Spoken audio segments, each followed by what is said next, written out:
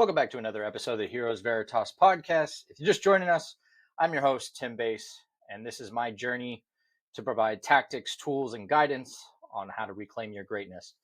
I have been on many calls today. It has been exciting and has been awesome. If you can't tell, I'm very excited today. And the reason for that is because the people that I've been talking to have been enlightening, they've been engaging, they have been on a journey. And part of those conversations were, in fact, in part and parcel to what I'm going to be talking about today. So let's hop into it. I don't have any announcements. I don't have any red tape, no bandwidth, none of that stuff that I normally would have. So let's just hop into the topic of today's episode. Fractured identity. Now, many men experience at different times in their life a fractured identity. Sometimes it can start when they're very young. Maybe they have some trauma in the home. Maybe they don't fit in. Maybe they don't really excel in social situations. And so they start to create new identities for themselves. They create new characters for themselves. And the reason that this is very important to me and hits really close to home for me is because I was married for 10 years. I apologize. I was married for 5 years with the same woman for 10 years. And during that time, I relinquished my sovereignty to this person, and I allowed my checklist, my obligations, my social and familial obligatory checklist to override my needs, my wants, my desires. And in turn, it created a series of masks that I would wear depending on where I was in order to fit into these different archetypal situations. Now, I'm not saying that you shouldn't adapt to your situation. I'm not saying that, if you are a belligerent drunk at home, you should be a belligerent drunk at work and they should just accept you for who you are. That's not what I'm saying at all. However, there is a certain degree of honesty, a certain degree of identity that needs to be maintained across all identity verticals, whether that be at home, whether that be at the office, with family, with your significant other's family, your friends versus your significant other's friends. The problem that I see is that most men check the boxes that they're supposed to check, agnostic and or completely unencompassing of their own identity, of their own wants and desires. For example, me. I am a very passionate, I'm a very intense person. Get very loud when I'm excited. I like to drink, not heavily. I like to have a beer or two with my friends. I like going out and enjoying some time together. I like adventure. I like to go out and I like to travel and I like to be in and around people that have the same level of excitement as I do so that we can enjoy time together. However, that persona, that person that I was when I was married did not align with her introspective, very homebody nature. And in an effort not to rock the boat or to make her feel more connected with me or whatever the reasons I had at the time, I just stuffed myself in a box. I wouldn't get loud. I wouldn't be demonstrative. I wouldn't be exciting. If I wanted to laugh, I'd keep it down low. And I see a lot of people, especially in my client practice, that go through this. And fast forward 5-10 years, they wake up one day, much like I woke up that day. And you look back at your life and you're like, I don't understand why I'm miserable. I don't understand why I'm not happy. I check the boxes. I have the cars, the nice house, the wife. Some of us have the kids. I luckily didn't have kids when I made the decision to do what was best for me. But that does add an extra layer of difficulty to making those decisions once you've created social contracts where your needs and desires are subpar in importance to the other individual. And what ends up happening is now there's a guilt and shame mechanism built into that. So let me paint a picture. When you enter into a relationship, you enter into a social contract. You do X, I do Y. That's how we will interact with each other. And the difficult part of early on relationships is figuring out where those pieces fit together and determining how we interact. Fast forward 5 years, you've kind of settled out. shaking out the pieces of the social contract that you're accepting of and what you're not accepting of. And you all tend to fall within lines of that social contract. And then one day you wake up and you go, what am I doing? I have to wear a mask at work. And then when I get home, I can't be myself here either because it makes this person uncomfortable, or they don't like it, or, they make fun of me, or they treat me poorly, or they chastise me or degrade me in some way. And so I can't be myself at work. I can't be myself at home. When I'm with her family or his family, I can't be myself there because I obviously have to present a certain level of decorum that is acceptable within the social contract there. And when I'm at my family's house, there's a certain level of decorum, while albeit in a healthy family relationship, shouldn't be. Most generally in today's society, family decorum is required. You have to fit certain social parameters. And so you're looking at your life and you're like, man, I checked all these boxes. I succeeded in everything everybody said that I should succeed at, and yet I feel like a failure. I feel lost. I feel broken. I feel angry, irritable. All these negative adjectives that we can use to describe a life that's just not well lived. And the reality is, because somewhere along the line, we stopped listening. We stopped listening to ourselves in favor of an external source. It could be society, it could be our parents, it could be our wife, husband, children, friends, coworkers, bosses. And we started to prioritize all these voices above our own. And one day you wake up and you don't even know what your voice is anymore. You don't even know what you want anymore. You don't even know what you like anymore. Do I like television shows, or do I just watch television because The Office is constantly talking about Game of Thrones? However, I don't really give a shit about Game of Thrones. I don't care about television shows. I don't care about football. Why am I watching football? I was watching football. This is a true story. I was watching football because I was around 3 people specifically that I spent all my time with. I spent all my time with these gentlemen, and we were coworkers, we were gym buddies, and they loved football. Now, I love playing football. I enjoy getting out on the field and playing. I played in high school. I love it. But watching football does not aspire me to do anything. And in fact, I start to check out when we watch football, when they talk about football stats, when they talk about players, when they talk about the draft. Like, I don't give a shit. However, I had lost myself so much that instead of just saying, yeah, that's just not my thing, I started to force myself to like football. I started to force myself to enjoy football. And then there was this forced induction system of football. I learned players' names, I learned teams, I learned ownership, I learned the draft, and that was good for a little while. And then I started a business, and I started to prioritize growth. And part of that growth journey and that process is realizing, holy shit, I don't even like these things. I'm spending countless hours doing this stuff that I don't even fucking like.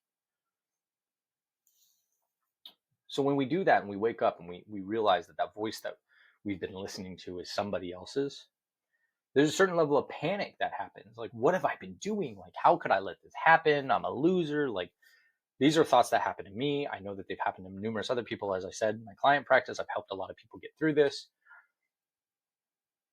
The reality is, and probably the best the best analogy of this I've ever heard, is that you have, and this might date some people because maybe you don't, have a CD player, but it's the equivalent of having a CD of your life, and it's playing a soundtrack, and you have it in, and it's on repeat, and it's on loop, but you didn't choose the songs, but you're listening to it anyway. It's not even genres you like. It's not even songs you like, but you listen to it anyway because that's what's in there. And that's how most men are going through life, is we're told this is the way it should be. This is how you should be handling things. This is who you should pretend to be so that you can fit in and fit the mold and blah, blah, blah, blah, blah, right? And all it takes is the courage and the intentionality to eject that CD and insert a new one. Just stop the CD, make your own, start a new one, right? We put it in today's terms. We don't use CDs. Change the fucking station. Something you like. If you're listening to somebody else's station on Spotify, look up a new playlist, try it on.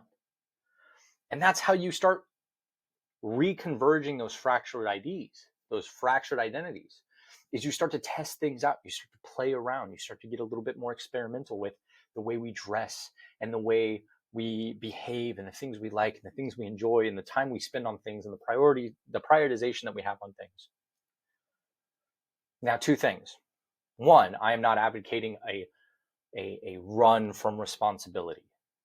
Okay, sometimes when I talk about this, people think that I mean, oh, you're a father, just ignore your children. I would never, ever. In fact, if you do that and you're listening to me and you run from your children and you shirk that responsibility of fatherhood, then you are a coward and you will never convince me otherwise. And I don't believe in that.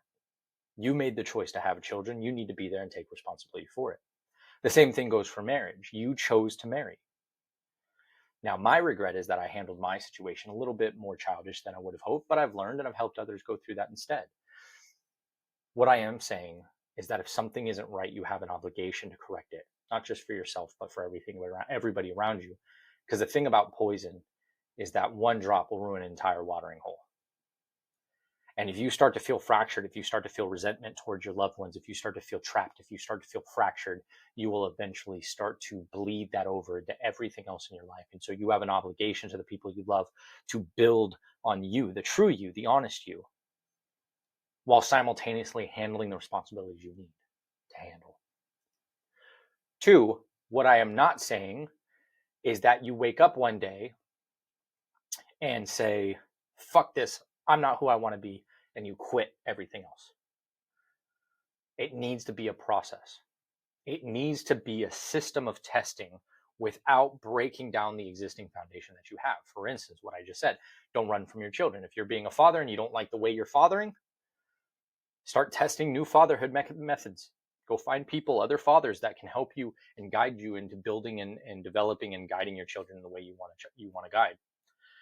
Partner with your significant other. Sit down with them and say, this is what I need. This is what I need for me. Now, that being said, once you start to notice that you're fractured and you start to try and converge them together, there is going to be fallout. There are going to be people that don't like it because you yourself, you are breaking the social contract. You set the social contract. You said, this is what I agree to adhere to within the social contract, and that's how our relationship works. Good example of this, the helper versus the helpee. Most relationships have somebody who is generally sought after as the one to be vented to be a soundboard for, to help somebody along, and the other one who is expected to do the asking. And it's hard for some people, not all people in not all situations, but it is very difficult at sometimes for that role to reverse because that social contract didn't have that agreement early on. So for instance, you're the one that everybody comes to for help, but when you ask for help, nobody else is there. That's not their fault. Okay, going back to multiple times that I've said in the past, it comes down to personal responsibility. It is not their fault that you have never accepted that paradigm or built that paradigm within that social contract. That is your fault. You assumed that for the last 5-6 years of you being there for them, that it would be intuitive and assumed that they will take on the responsibility the other way around should you call on them. But if you've never explicitly built that in, if you've never used it, I say this to people all the time, people are looking to add value, let them add value. But a lot of people, from fear of looking weak, from fear of looking like they don't know what they're doing, from fear of judgment or being a burden, they don't allow their friends the opportunity to add value back. So they just keep showing up and adding value and adding value and adding value in the sense of, I'm the soundboard, I'm the guy you call for help, I'm the guy that helps you move, I'm the guy that's always there for you. But because you've never built the systems in place for them to add value back, going to them and saying, I need you, going to them and saying, would you mind helping me, going to them and saying, I need this from you, you've created a social contract where you will always be subpar to the help because you are the help. So why would they come to you for help? Or why would you go to them for help if you were the help? You understand what I'm saying? So you break the social contract, there is inevitably going to be people that don't like the change in the social contract. And you have to be willing to accept that if you want to become whole again. If you want to start converging those fractured IDs, you have to be willing to accept that there is an outcome that is not favorable. And you need to take the time to identify that. You need to identify the consequences and take responsibility for those consequences. It doesn't mean it's your fault. It doesn't mean it's fair. It doesn't mean it's right. It's just that once you start to converge those identities, once you start to change and break the social contracts in lieu of a new social contract, you have to be prepared to take responsibility for the fact that you broke the social contract. You are changing the terms on the agreement. You are changing the terms of the relationship, and therefore they will see you as combative if they don't want to change. That is fine. That is totally okay. But you have to be willing to accept that. You may lose people. You may gain people. You may be a wash. Maybe they'll stay. Another example, when COVID happened, when the whole shutdown happened, I was very pro freedom. I've been pro freedom. I've been pro freedom the whole time. I believe in the freedom of choice. I believe in the freedom of making your own decisions. I believe in freedom of information. And I was very vocal. But it was me, and it was honestly me. Now, during that time, I rubbed a lot of people the wrong way because at the time they were scared and they were feeling attacked and they felt like they were being targeted, even though I wasn't specifically saying it to anybody directly. It was very general. But I knew in my heart that if I was going to speak my truth, I had to be okay with the fact that other people may not align with me. And so what I did was I said what I wanted to say, and I didn't do it directly at anybody. I just generically shot it out there, made it public, all this stuff. I lost some friends. I lost some really long-time friends. They didn't agree with me. They didn't believe in what I had to say. And they were very nasty about it. They were very negative. They were very attacking, and that's fine. I was ready for that. I tried to have civil conversations. They weren't prepared to have those civil conversations. And I was just like, you know what? To each their own. I'm pro freedom. You have the right to do that. I don't agree with you, but that's okay. Haven't spoke to them since 2 years now. However, there were a lot of people that saw that as an opportunity to deepen their connection with me. The social contract that that person and I had up to that point may have been more tertiary. Maybe it was a little bit more passive. And in me being open and honest, they felt some camaraderie, some resonation with me. And so that brought them into my fold a little bit deeper. We became closer as a result. And also, new people came into place because I was living my truth, because I was shining my light, because I was saying what I wanted to say, because I wasn't sugarcoating shit and playing smoke and mirrors and being open and honest. People felt, intuitively understood that I was being open and honest and speaking my truth. And they came to me and said, "This is great. Keep it up." So there is a consequence to converging your fractured identities. More commonly will be the existing relationships because you are breaking and changing the terms of that social agreement. But you have to realize that if you're feeling the way you are feeling, it will only lead to deeper seeds of resentment if you continue down that path. And if they do not see that, if they kind of accept that, then they don't need them in your life anyway, because they're going to see, they see themselves as more important than your needs. And that's not love. That's not caring for somebody. That's not at all. So be prepared for the consequences of rearranging the terms of those social agreements, and you have to come to terms with it, and you have to take responsibility for them. It's going to hurt some people's feelings. It's going to make them feel attacked. Some people are going to accuse you of stuff. The one I hear the most especially when men start to converge those fractured identities, the one that I hear the most is that they are in a midlife crisis. And they use that degradingly. They use it to devalue the process. They use it to try and hold them in place and to try and convince them that, oh, you're just going through some things, and so you should just let it pass. And the problem that I have with that is, one, it infers that progress or adjustments or changing in any way, shape, or form somehow has to be related to your age. And two, it creates a negative connotation to testing, experimentation, changing, growth, because men now are afraid to say, I want a motorcycle, that I've always wanted a motorcycle, because if I get it now that I can afford it, it's going to look like a midlife crisis. Well, do you want it? Yes. Then who gives a shit about the other stuff? You need to become very honest about who you are and remove the structure of familial obligations, social obligations, decorum, comportment, all these things, because they are pressures that cloud your judgment and they keep you from feeling fulfilled and whole. And this is what I do in my program, my 12-week program. Week 1, we cover the origin story and we focus on where we've been and how we got to where we are. And then we start building a system of understanding where we want to go and who we truly want to be and what we truly care about, and what our true priorities are and what our principles are. We build that out over a series of weeks within my program. And generally speaking, and I say generally speaking to kind of hedge my bets, but 100% of the time so far,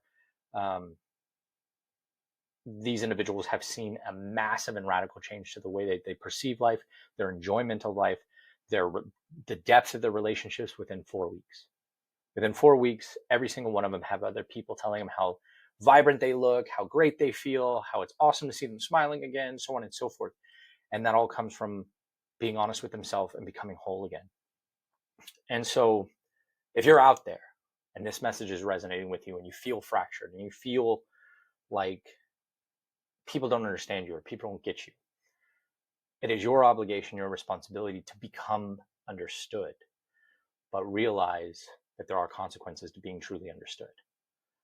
But those consequences are far outweighed by the benefits in the long run. In the short term, it hurts, but in the long run, it pays dividends. So how do you do that? How do you converge a fractured identity, right? I always like to say, I like to give you guys tactics. I don't like just talking on lofty platitudes. I want to give you the tools to do what I want, what I believe will help.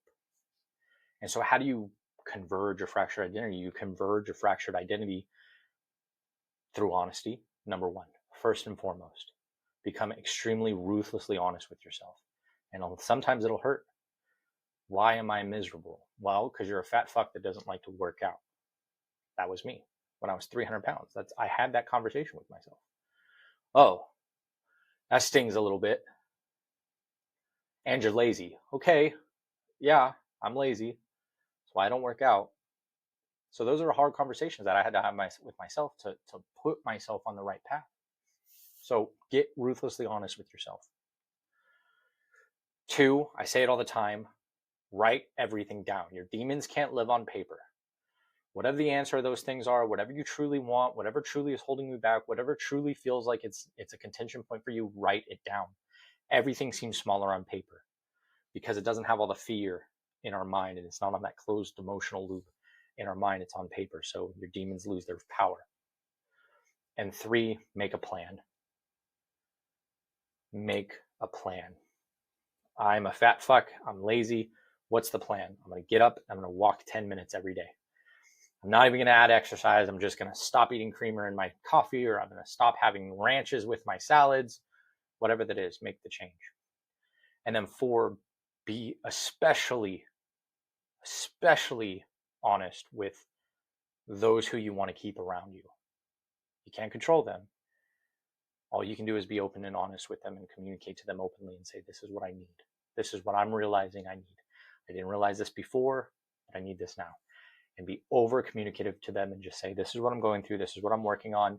I just feel like I've lost a lot of my muchness. I've lost a lot of me. I've lost a lot of pieces of myself, and I'm trying to regain them. And just let them know it's going to be a process for you, and you want them on that journey. A big thing that a lot of people overlook is how much people want to be included in our journey, especially men with their fiancés, with their significant others. Women don't want to be the adventure. They don't want to be the only thing you care about, but they do want to be a part of your adventure. They want to be part of your adventure, which means if you're going out to slay a dragon, she wants to be waving the handkerchief and say, please come back safe to me. I'll be here holding down the fort. That's why those epics of old always resonate with us. So be openly communicative with them. And I really hope this helps. If you guys have any questions, concerns, just want to rap with me about anything, make sure to leave a comment below, like, subscribe, and share. We grow as much as you let us grow. So really appreciate everybody that's tuned in so far. And we'll check you next time on Here's Veritas Podcast. Your spirit.